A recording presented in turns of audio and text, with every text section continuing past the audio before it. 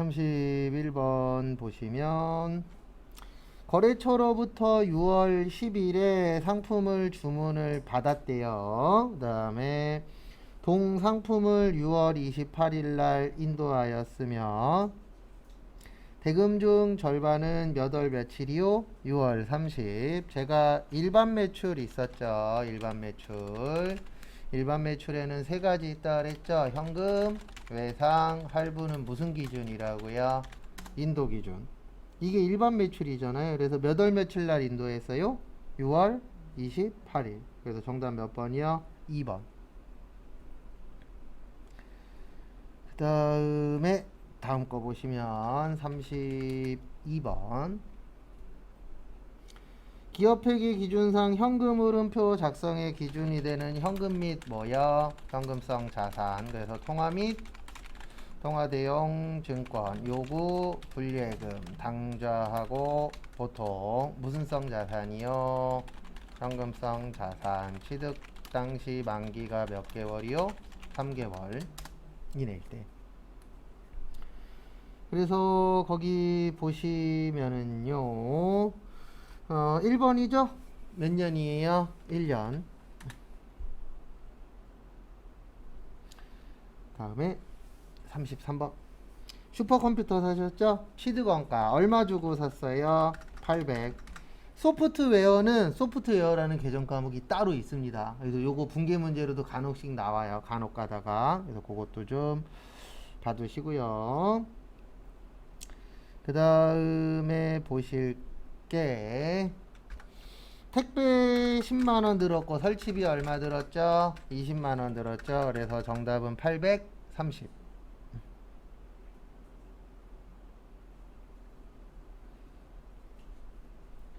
그 다음에 또 다음 거 보도록 하겠습니다.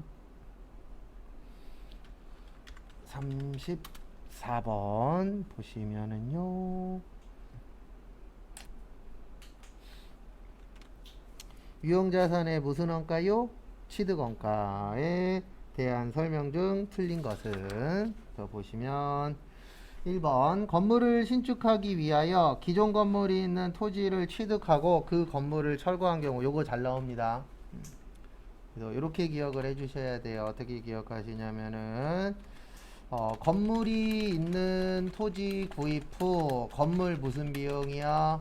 철거 비용. 요거는 토지의 부대 비용으로 봅니다. 그래서 1번 맞아요.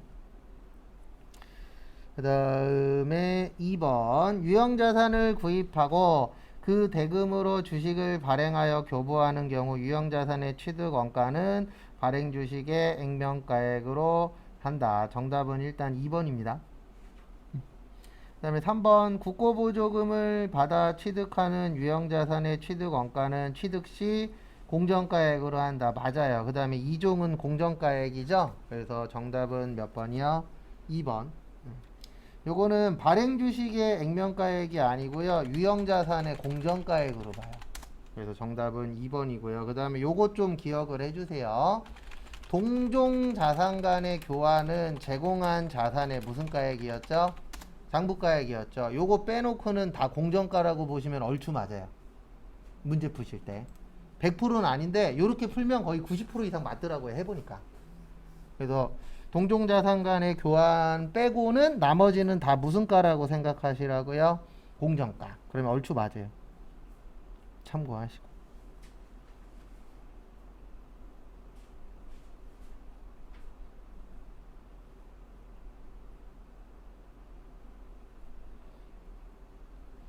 그 다음에 35번 보시면은요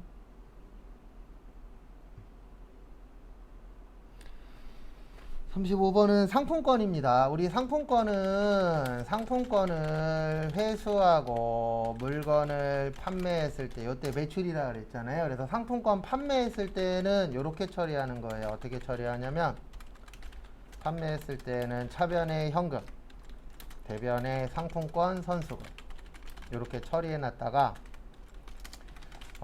상품권으로 구매를 하시잖아요. 그러면 차변에 상품권 선수금, 그 다음에 뭐 대변에 뭐 제품 매출이나 상품 매출 이렇게 처리하는 거예요. 그래서 처음에 팔았을 때는 매출로 잡는 게 아니고 무슨 금으로 잡는 거예요? 선수금으로. 이렇게 처리하시면 됩니다.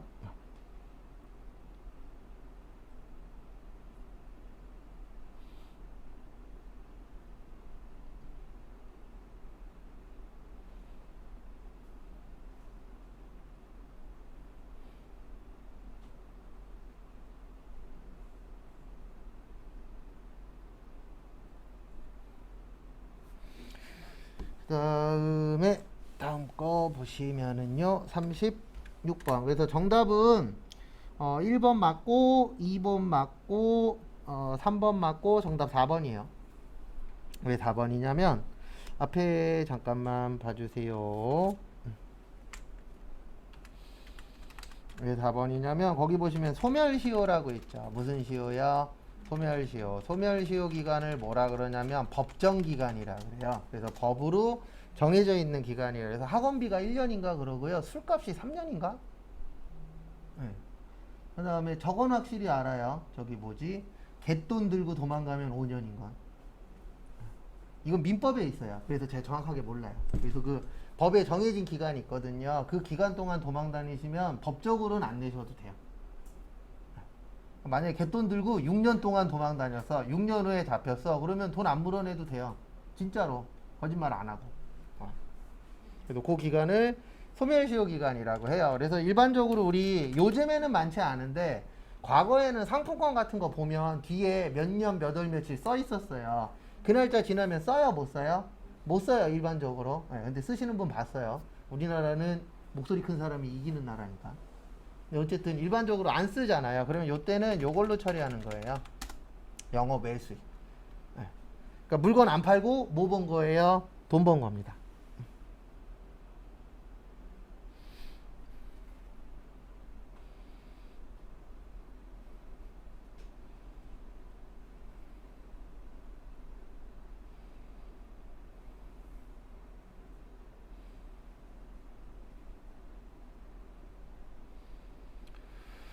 그 다음에 다음 거 보시면은요.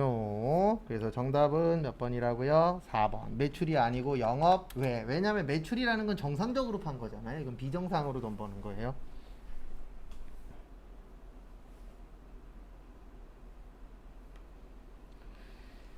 그 다음에 36번. 원가액의 우리 재무회계의 목적은 외부 정보 이용자에게 정보 제공하는 거고요. 그 다음에 원가회계의 목적은 내부 정보 이용자에게 무슨 제공하는 거예요? 정보 제공하는 거죠.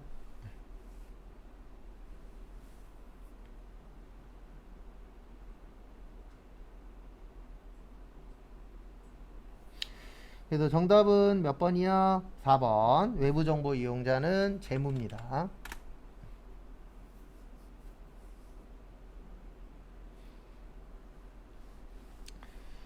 그 다음에 37번 제조원가죠. 그러면 제조하고 관련 있는 거 판매부서 아니죠? 공장, 대돈삼각비도 아니죠? 본사도 아니죠? 외주가공비랑 기계. 그래서 답은 65,000원. 2번. 앞으로 38번 같은 거 종종 나와요. 세무 쪽에는. 이거는 진짜 기준 잘 잡아야 돼요. 이거 포기하신 분도 있었어요. 근데 포기할 것 같으면 한번 연락은 주세요. 그러면 제가 풀만한 그 자료는 있거든요. 한 7, 8문제 모아놓은 거. 근데 이게 딴 것 때문에 그런 게 아니고 헷갈려서. 거기 보시면 제조간접비 예정. 그래서 이거 나오면 이렇게 구별하시는 게 좋아요. 예정은 10,000원이래요. 근데 시간이 몇 시간이에요? 500시간. 그러면 500만원 나옵니다. 근데 배부 차이가 얼마래요? 20만원. 무슨 배부? 과소배부. 요거 기억하셔야 되는 게 얘는 예정이에요. 예정 기준이라 그랬어요? 실제 기준이라 그랬어요? 예, 실제보다 20만원 작은 게 500이란 뜻이에요. 그래서 실제는 얼마예요? 520. 조심하셔야 되는 게 항상 누구 기준이라고요? 실제 기준이에요. 누구 기준이요? 실제 기준. 이거 은근 헷갈립니다. 저도 알아요. 왜 틀리는지. 저도 이거 틀렸다 그랬잖아요. 근데 이거 틀리시는 분들은 저도 그때 왜 틀렸냐면 기준이 없었어요. 과대 과소라는 말은 알아. 이건 다 알잖아요. 대자는 클 대자야. 소자는 뭐요? 작을 소자야. 근데 기준이 없으면 이거 480이라고 선택을 해요. 그럴 수 있어요, 없어요? 있어요. 그래서 480 선택하신 분은 아직 내가 이해를 못한 거예요. 항상 누구 기준이라고요? 실제. 그래서 실제보다 작으면 과소, 실제보다 크면 과대. 이렇게 진행이 되는 겁니다.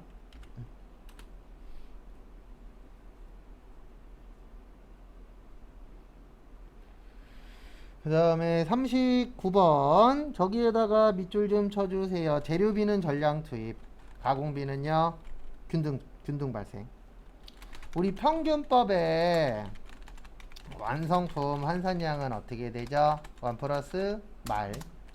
그 다음에 선입 선출법에 완성품 환산량은 어떻게 돼요? 1 플러스 말 마이너스 초. 그래서 보시면 재료비는 무슨 투입이요? 전량 투입. 가공비는 균등 발생. 완 몇 개예요? 800개. 말 200개 해서 1000개. 그 다음에 균등은 800개. 그 다음에 200개 곱하기 몇 프로요? 50%. 그래서 몇 개요? 900개. 맞죠? 그 다음에 재료는 무슨 투입이라고요? 전량 투입. 그러면 800개 더하기 200개 빼기 300개에서 700개. 그 다음에 가공은 균등 발생이었죠. 그래서 800개 더하기 200개의 몇 프로?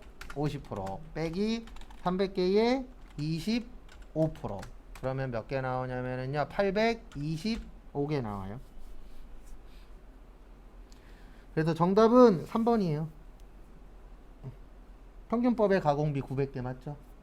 그래서 이렇게 나오면 그냥 다 구하세요. 귀찮아도.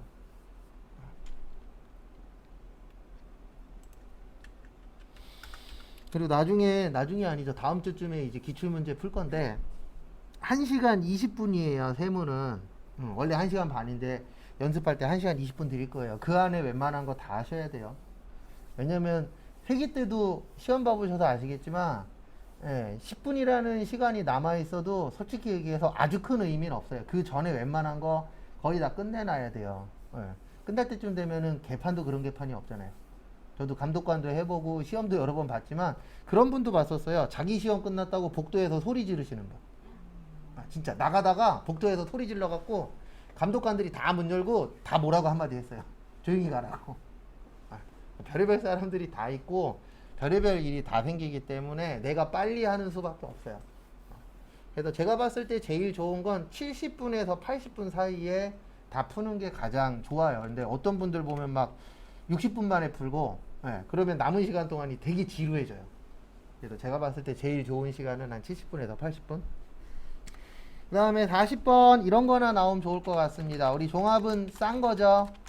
그래서 1, 2, 3, 4 중에서 가장 저렴한 거 몇 번이에요? 2번 라면. 빨리 4번이 되는 날이 왔으면 좋을 것 같아요. 상가 좀 사게. 진짜 올 수도 있어요. 지금 일본은 저도 얼마 전에 아니다 작년에 뉴스에서 봤는데 별장을 돈을 받고 판대요. 그 돈을 주고 파는 게 아니고 돈을 오히려 웃돈을 얹어준대요. 이 별장 갖고 가면은 얼마 줄게. 근데 그게 왜 그러냐면 우리나라하고 틀리대요. 일본은 집을 사면 상하수도 연결하는 데만 몇 천만 원이 들어간대요. 구조가 틀리다 그러더라고요. 그러니까 한때 저런 뭐 별장 이렇게 갖는 게 유행이었었는데 지금은 경기도 안 좋고 해서 별장을 팔려고 그러는데 안 팔린대요. 그래서 일명 마이너스. 돈 줄 테니까 이 집 좀 갖고 가세요. 이런 상황이라 그러더라고요. 일반 집은 아니고요. 그 다음에 41번 이런 거나 나오면 좋을 것 같습니다. 정답은 2번이에요. 법인이든 개인이든 기간은 같아요. 근데 차이는 뭐냐면 개인은 예정 고지납부하는 거예요. 그리고 법인은 뭐 하는 거죠? 그냥 예정신고 확정신고 다 하는 거죠. 근데 개인은 예정 고지납부하는 거지 과세기간은 똑같아요.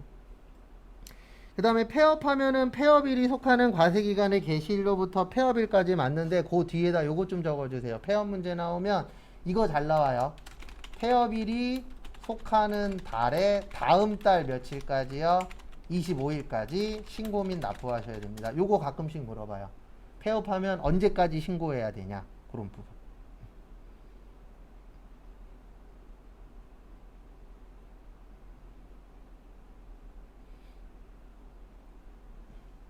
참고하시고.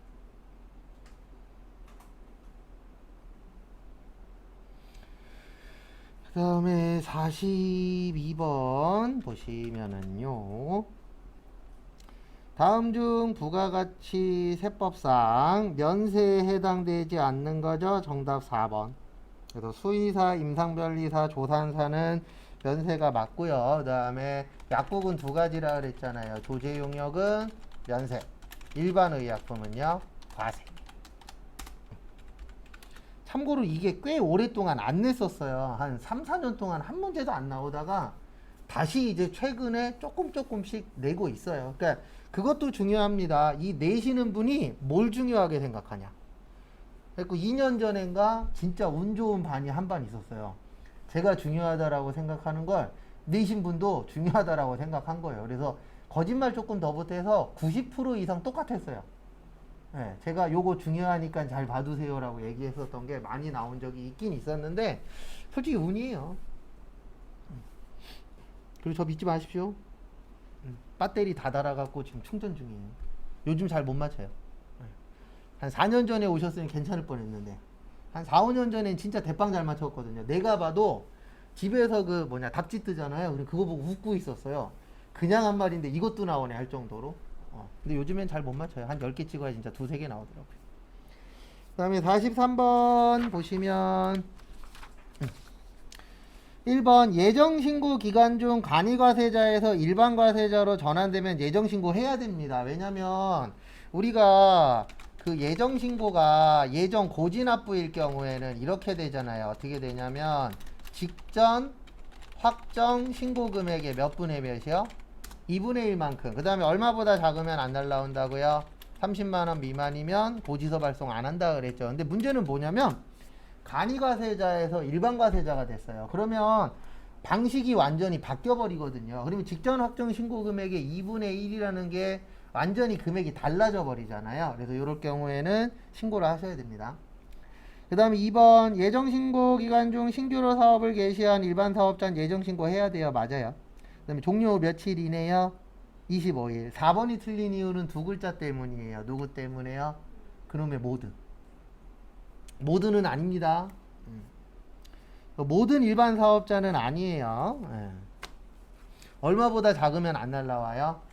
30만원보다 작으면 안 날라오잖아요. 그러면 다 내는 건 아니죠. 그 다음에 44번 요것도 어려워요. 기타 소득이 될 수 없는 거죠? 이거 죄송한데 답이 3개예요. 2번, 3번, 4번. 점포임대소득, 변호사, 전속계약금. 여기는 다 사업소득이에요.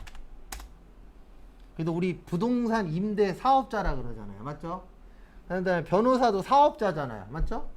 그 다음에 전속계약금도 사업소득이라 그랬죠. 그래서 정답은 2번, 3번, 4번입니다. 그러면 1번 선택 안 하신 분만 뭐 한 거예요? 맞은 거예요. 그리고 요렇게 좀 기억을 해주세요. 무슨 권으로 끝나면 무슨 소득이요? 기타 소득. 요것도 좀 기억을 해주시고.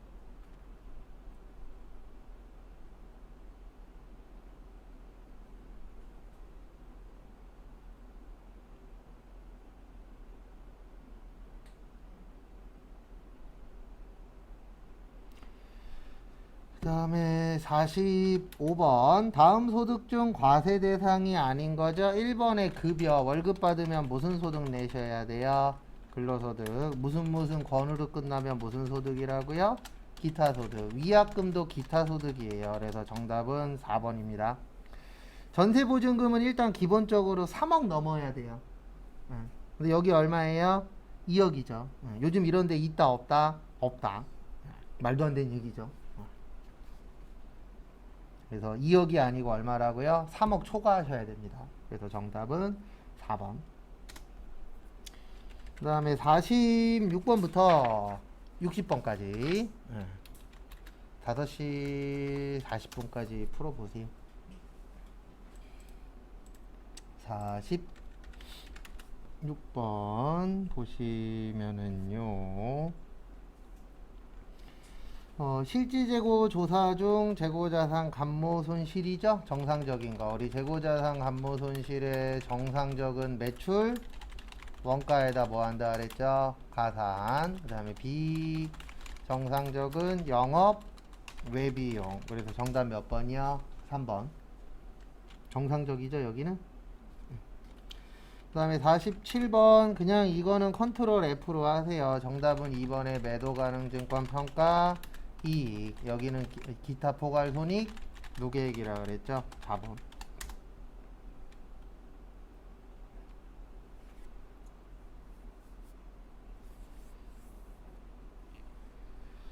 그 다음에 48번 보시면 재고자산 평가 방법 중 무슨 법이요? 후입선출법. 그래서 우리 물가 상승 시에 매출 원가만 누가 크다? 후입선출법이 크다. 나머지는요? 선입선출법. 그리고 이것도 알아야 돼요. 물가 하락 시에 매출 원가만 선입선출법이 뭐하다? 크다. 그 다음에 나머지는 누가 크다? 후입선출법. 요렇게도 기억을 좀 해주셔야 됩니다. 그래서 거기 보시면 1번 지속적인 물가 상승 시 기말재고자산은 시가를 표시하지 못해요. 왜냐하면 후입선출법이기 때문에 최근에 게 먼저 팔리잖아요. 그러면 남는 건 다 옛날 겁니다. 그래서 1번 맞아요. 그 다음에 나중에 매입된 것이 먼저 매출되는 것으로 처리한다. 맞고요. 물가 하락 시 선입선출법보다 이익이 과대 계상된다. 맞아요. 왜냐하면 물가 하락하면은 이익은 후입이 큽니다. 그래서 정답은 몇 번이요? 4번. 물가 상승할 때는 매출원가 빼놓고는 다 선입이 큰 거예요. 그래서 정답은 4번입니다. 그 다음에 49번 우리 정액법, 정률법, 연수학계법, 이중 체감법, 생산량 비례법. 그래서 거기 보시면 정률법, 정액법, 생산량 비례법. 정답은 2번.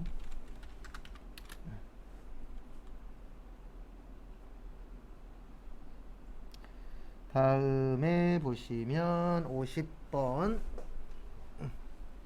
자본조정 항목인데 이건 배운 적 없어요. 정답 4번입니다. 이건 그냥 간단하게만 설명하고 넘어갈 거예요. 이거 제대로 보면 할 게 너무 많아져서. 거기 4번에 자기주식 처분 손실이라고 되어 있는데 이거 주식 할인 발행 차금이에요. 그래서 주식 할인 발행 차금은 3년 동안의 균등 상각하다라고 되어 있어요. 3년 이내에 균등 상각. 그 다음에 우리한테 중요한 거는 1번이에요. 자본은 무슨 처리한다고요? 상계 처리. 그래서 4번이 답이 되려면 주식 할인 발행 차금으로 바뀌셔야 됩니다. 근데 거기는 뭘로 되어 있죠? 자기 주식 처분 손실. 이거 얘기한 적 한 번도 없고요. 교재에도 없어요. 이거는 그 회계만 있는 교재를 보셔야만 나와요. 그 다음에 51번 관리회계라고 나오면 이렇게 기억을 해주세요. 관리회계 중에 저희가 배우는 게 원가회계예요. 그래서 관리하기 위한 회계다. 그래서 원가회계인데 이 관리회계의 특징은 내부정보 이용자에게 뭐 하는 거예요? 정보 제공하는 거예요. 그래서 이론에서는 원리 원칙이 없다라고 되어 있어요. 왜냐하면 우리끼리 볼 거니까 누구만 알면 된다? 우리만 알면 된다. 외부 사람은 알면 안 된다. 이게 관리회계의 주목적입니다. 그래서 1번 관리회계의 목적은 경영자의 의사결정 맞고요. 정보는 미래지향적이고 주관적 맞아요. 왜냐면 이건 우리끼리만 볼 거니까 주관적으로 우리 회사 앞으로 어떻게 될 것이다. 뭐 이런 것들이에요. 그 다음에 3번 보고서의 형식은 목적에 적합한 특수보고서 맞습니다. 그래서 정답은 4번이에요. 원칙은 있다 없다? 없다라고 기억을 하세요. 무슨 회계 나오면은요? 관리회계. 근데 원래는 있어요. 원래는 있는데 이론상에서는 관리회계는 우리끼리만 알면 돼. 그러니까 원칙 이런 거 필요 없어라고 되어 있어요. 이론상에는. 근데 원래는 있습니다. 실무에서는. 그 다음에 52번은 제품 매출 원가예요. 그래서 우리 제품, 기초 제품, 그 다음에 단기 제품, 제조 원가, 팔리면 매출, 남으면 기말. 거기 보시면 기초 제품이 10만원, 단기 제품이 30만원, 기말이 얼마예요? 5만원. 차변과 대변 어때야 된다? 같아야 된다. 그러면 얼마예요? 35만원. 그래서 정답 몇 번이요? 3번. 그 다음에 53번. 예, 요거 나오면 제가 맨날 해드릴 얘기는 이거밖에 없어요. 실제는 310. 그 다음에 시간당 얼마래요? 1000원. 그 다음에 다음 페이지 보세요. 다음 페이지 보시면 거기 몇 시간이래요? 3000시간. 그러면 1000시간 곱하기 얼마라고요? 총 3000시간. 그러면은 300 나와요. 얼마 나와요? 300. 요게 예정이 되는 거예요. 뭐가 되는 거예요? 예정. 항상 누구 기준이라고요? 네, 실제보다 예정이 10만원 커요? 작아요? 작죠. 그래서 무슨 배분? 과소 배분. 항상 누구 기준이라고요? 실제. 실제하고 예정 놓고 실제보다 크네? 그러면 과대. 대자가 클 대자잖아요. 이거는 10만원 작잖아요. 그래서 무슨 배분? 과소 배분. 그래서 정답 몇 번이요? 1번. 그래서 항상 누구 기준이라고요? 실제 기준. 제가 이거를 한 20년만, 아니다, 20년은 오바구나. 몇 년 전이지? 지금 2021년이죠? 진짜 좀 더 있으면은 전산세무 2급 단지 20년 돼가네. 2003년도에 땄거든요. 진짜 20년 돼가네. 슬퍼지는데. 종종 수업하다 보면 슬퍼질 때 있어요. 왜냐면 제가 자격증을 딴 게 제일 먼저 딴 게 1997년인가 땄거든요. 1996년인가 97년에 땄는데 이제 수강생분들 중에 막 00년생도 있고 종종 막 98년생, 99년생 오면 가끔씩 내가 나이 많이 먹었구나 이제. 왜냐면 저분 태어나기 전에 나는 이미 자격증을 하나 땄어. 그 상황이더라고요. 근데 뭐 어쩔 수 없죠. 뭐 다들 그렇게 되는 건데. 그 다음에 개별원가는 비싼 거죠. 그래서 다품종, 소량, 주문 생산, 그 다음에 작업 지시서, 제조 지시서, 작업 원가표. 그 다음에 뭐가 중요하다고요? 제조 간접비의 배부가 중요. 그래서 정답 1번. 아니, 1번이 아니고, 죄송합니다. 주문 생산 방식 부적합인데 적합이고, 공정 아니죠? 평균화 아니죠? 소품종 생산 방식. 억지로 하면 4번이에요. 억지로 하면 4번입니다. 왜냐면 1번, 2번, 3번은 확실히 아니에요. 근데 왜 억지로 하면 4번이냐면 우리 종합원가 계산 있죠. 종합원가 계산을 일반적으로 요렇게 봐요. 단일로. 단일이라는 건 몇 개만 만드는 거예요? 하나만. 그래서 억지로 답을 만든다 그러면 4번입니다. 근데 실질적으로 이렇게 나오면 정답 없음도 맞을 수는 있어요. 근데 확실히 1, 2, 3번 아니니까 이럴 때 몇 번을 찍으세요? 4번을.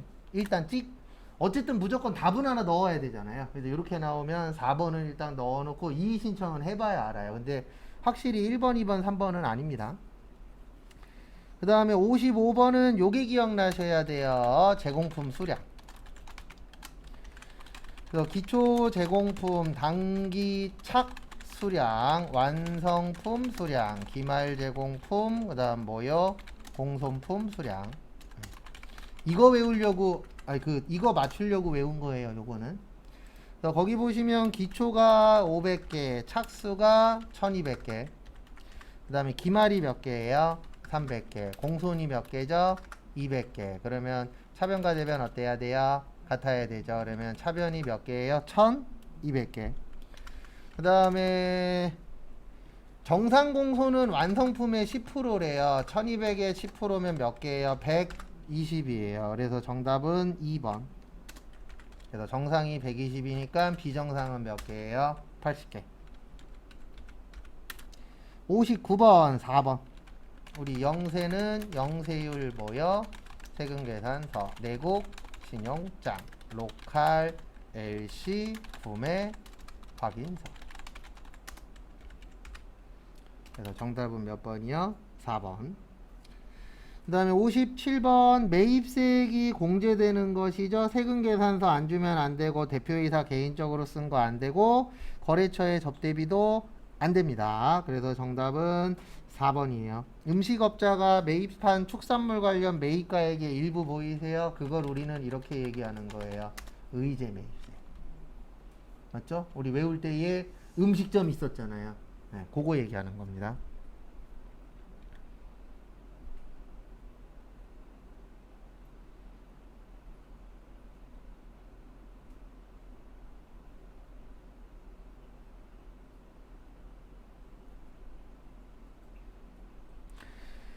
그 다음에 58번 보시면 다음 중 부가가치 세법상 신고납부와 관련하여 틀린 것은 1번 모든 법인 사업자는 예정신고 맞아요. 그 다음에 2번 직전과세기간 공급대가가 1200만원에 미달하는 법인 사업자는 이런 게 없어요. 그래서 정답은 2번입니다. 우리 개인들 중에서 공급대가가 4800만원이 안 되면 납부 뭐요? 면제는 있는데 법인은 없어요. 그런 게. 그래서 정답은 몇 번이요? 2번. 그 다음에 법인은 영세율은 되지만 간이과세는 안 됩니다. 왜냐하면 간이과세자는 개인사업자만. 그 다음에 4번 개인사업자는 원칙적으로 확정신고 의무만 있어요. 왜냐하면 예정 때에는 무슨 납부하니까? 고지 납부하니까. 그래서 정답은 2번입니다. 다음에 59번 이거 맞추려고 우리 이거 외우라고 그때 했었던 겁니다. 뭐냐면 세율.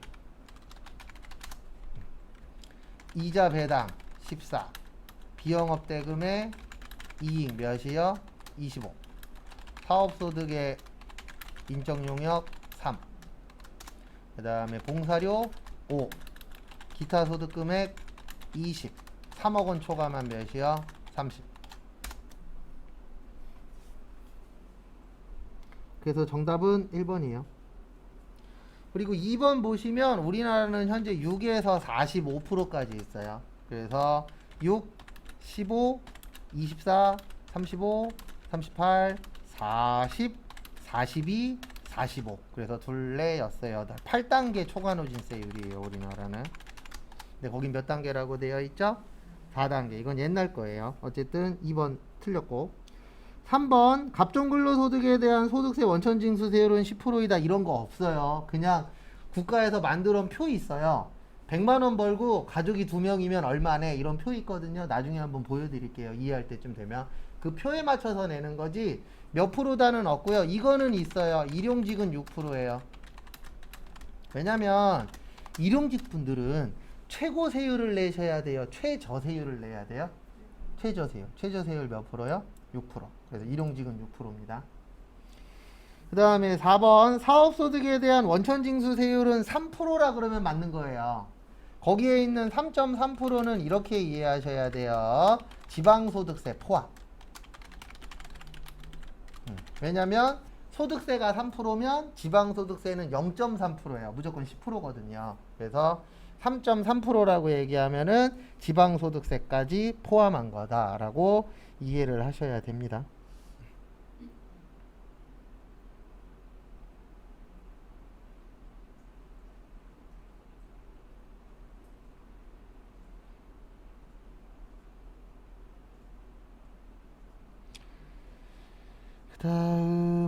다음 거 보시면은요. 60번.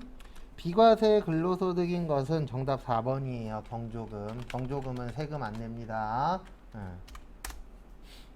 경조금이 좋은 일이나 안 좋은 일 있을 때 받는 거죠. 그래서 요거는 세금을 안 내세요. 그래서 몇 번이요? 4번. 그리고 나머지 내일 풀 거예요. 그래서 내일 풀고 그 다음에 내일 다 풀면 바로 적어 들어갈 거예요. 부가가치세하고 소득세. 그 하나 더 드린 거 있죠?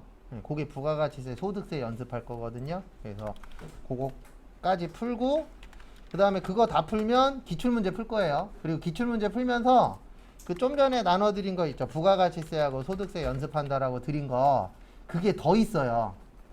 저한테 그 수업 끝날 때까지 풀고도 남을 만큼 있거든요. 그래서 그거 계속 풀 거예요. 그래서 기출문제 하나 풀고 그 다음에 남은 시간 동안에 일단 부가세하고 소득세 쪽 연습을 할 겁니다. 그래서 안 되는 거 있으면 이야기를 해주세요. 그러면 풀고 나서 남는 시간 동안에 제가 해드릴게요. 그 다음에 마무리 하십시오.